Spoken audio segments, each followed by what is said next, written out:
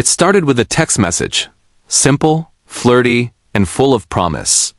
In March 2013, a 31-year-old warehouse worker named Lukasz Slabashevsky told his friends, with a grin on his face, that he'd finally met someone special. An English woman who seemed different, exciting, even mysterious. He couldn't stop talking about her. Her name was Joanna Dennehy. But Lukasz didn't know that Joanna wasn't looking for love. She was looking for her next victim. Joanna Dennehy grew up in Hertfordshire, England.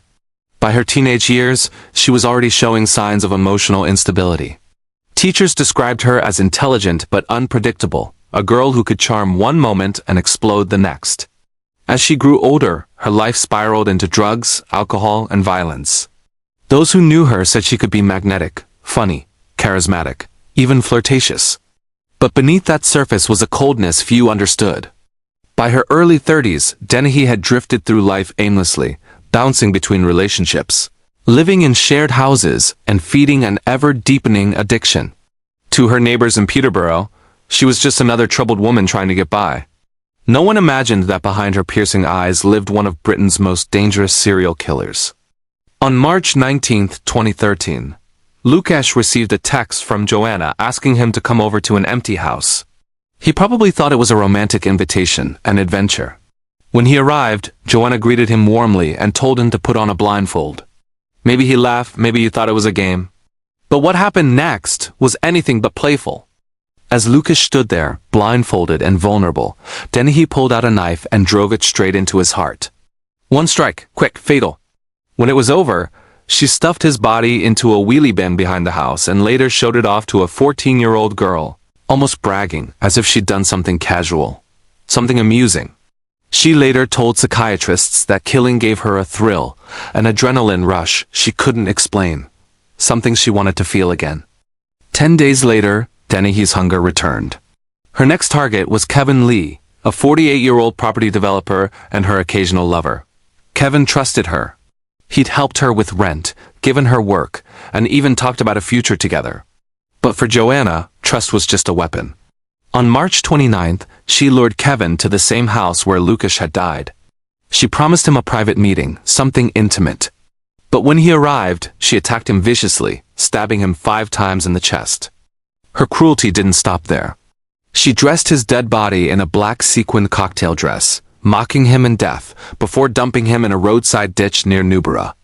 It was a final act of humiliation, a performance of power. That same night, Dennehy returned to the house she shared with other tenants. One of them was John Chapman, a 56-year-old former Navy veteran who had served in the Falklands War. John was quiet, disciplined, and mostly kept to himself. While he slept in his bed, Dennehy stabbed him 6 times, ending his life without hesitation, without reason. Afterward, she picked up her phone and called her accomplice, Gary Stretch, a towering man over 7 feet tall who was hopelessly infatuated with her.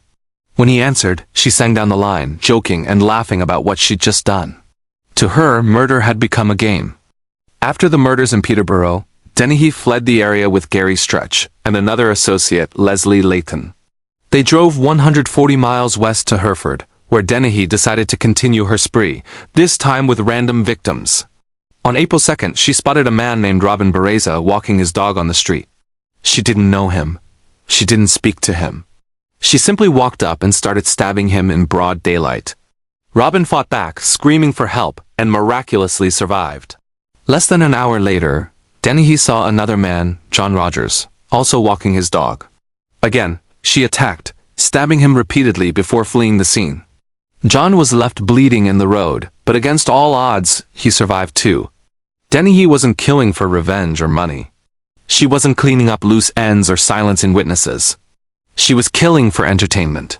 By now, the police knew they were dealing with a spree killer, and a dangerous one. Dennehy's distinctive star tattoo under her eye made her easily recognizable, and her erratic behavior meant she couldn't hide for long. A nationwide manhunt began, with police racing to stop her before anyone else died. Just hours later, officers found Dennehy and Gary Stretch in Hereford. When they arrested her, she wasn't panicking or apologizing. She was laughing. In custody, Dennehy behaved like someone enjoying a game. During interrogation, she joked with officers, smiled for cameras, and even asked one detective, "Do you want me to kill you now or later?" She showed no fear, no remorse, only amusement. In November 2013, Joanna Dennehy stood in court facing 3 counts of murder and 2 counts of attempted murder. Instead of denying the charges, she pleaded guilty. No excuses. No defense. She even told the judge, "I don't want to be controlled by anybody." Psychiatrists later described her as psychopathic, antisocial, and borderline, a rare combination of disorders that made her incapable of empathy or guilt. One doctor said she didn't possess the normal range of human emotions. She didn't just kill, she enjoyed killing. On February 28, 2014, Justice Spencer called her a cruel, calculating, selfish, and manipulative serial killer. He sentenced her to life in prison with a whole life order, meaning she would never be released. Only 2 other women in British history, Myra Hindley and Rose West, had ever received the same punishment. Joanna Dennehy became the 3rd woman in Britain to die behind bars. Today, Dennehy remains imprisoned at HMP Low Newton in Durham, a high-security facility that houses some of the UK's most notorious female offenders. She's in her 40s now, still serving her sentence without the slightest possibility of parole. In 2018, her daughter Sian Trainer, then 21, decided to face her mother for the first time in years. She had been a little girl when the murders happened, but curiosity and pain drew her back. That meeting, however, was devastating. Sian later told the press, she doesn't feel remorse for what she's done. She's past the point of change. After that, she cut off all contact, saying, "I'm not her. I'll never be her." When investigators asked Dennehy why she did it, she answered bluntly, "For fun." She claimed she wanted to be like Bonnie and Clyde, living on the edge, thrilling in danger.